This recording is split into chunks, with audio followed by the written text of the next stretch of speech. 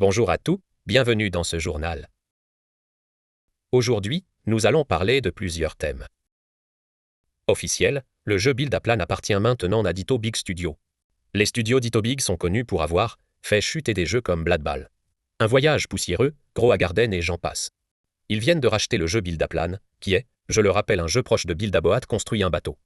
Ditto Big Studio avait proposé à Didraea Forsaken une somme de 800 M de Robux pour leur jeu, ils ont refusé.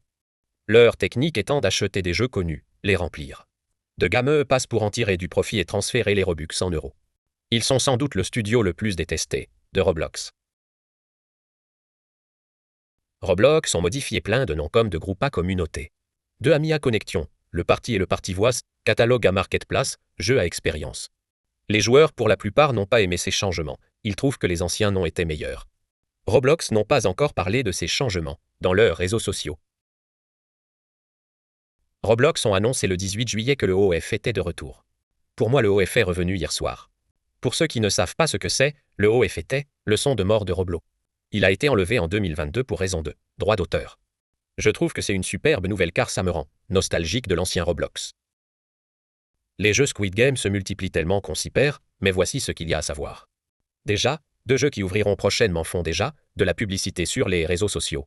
Je parle de Taco Game et Squid Blocks.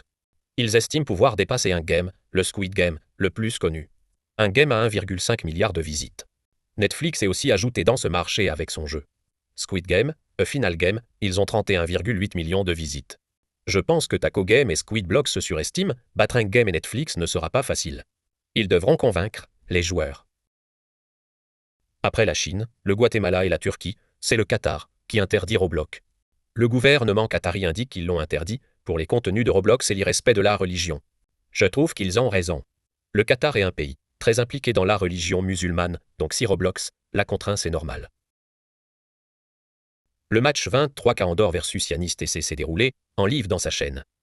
Le stade choisi était le Stadion Olympique. Nous avons vu un début compliqué pour les deux équipes. Après, l'équipe de Yanis TC tente de faire des attaques ratées. À la 71e minute, le gardien de Yanis TC fait une erreur qui lui coûte cher. Lee Kang-in de 23 Candor prend la balle et tire, il marque. Le résultat final est de 1-0. J'aimerais quand même dire qu'il joue super bien, et merci à lui d'avoir accepté qu'on joue ensemble. C'est la fin de ce journal, je vous dis à bientôt.